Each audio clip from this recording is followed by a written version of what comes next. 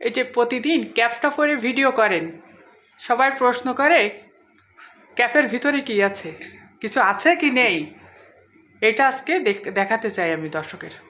আচ্ছা, এই দেখো। একদম পুরো ফাঁকা? না, পুরো ফাঁকা ঠিক না, এটা চেঁচে ফেলা হয়েছে। হুম, এটা পুরো বড়, এমনি যদি না কাটা হয় তাহলে বড় হবে। এই চেঁচে কোনোদিন ছিল? হ্যাঁ, সব আমার এই অপারেশনের আগে তো এরকমই ছিল। হ্যাঁ, অপারেশনের পরে আমার তো আসলে জন মানে জনসমাগমের জায়গায়, তারপরে বেশি লোকে যে সমস্ত জিনিস ব্যবহার করে, যেমন দোকানের কাপে চা খাওয়া, হ্যাঁ, এগুলো একেবারে মানা। তো সেইভাবে সেলুনে যাওয়াও মানা আমার বলতে গেলে। সেলুনে তো ওই একই মানে যন্ত্রপাতিগুলো বারবার লোককে ব্যবহার করে, এই কারণে আমি সেলুনে যাই না।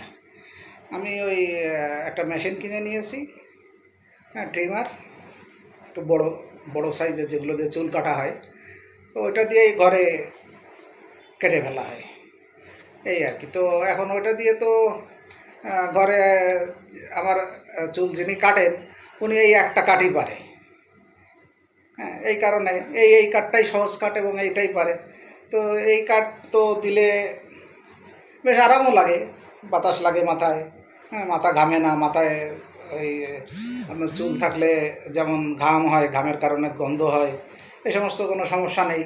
হ্যাঁ, আর শ্যাম্পু দেওয়ারও সমস্যা নেই, শ্যাম্পু দেওয়ার ঝামেলা নেই, একটু সাবান, গোসলের সময় একটু সাবান ঘষে দিলেই হয়। হ্যাঁ, বেশ উপকারিতাই আছে।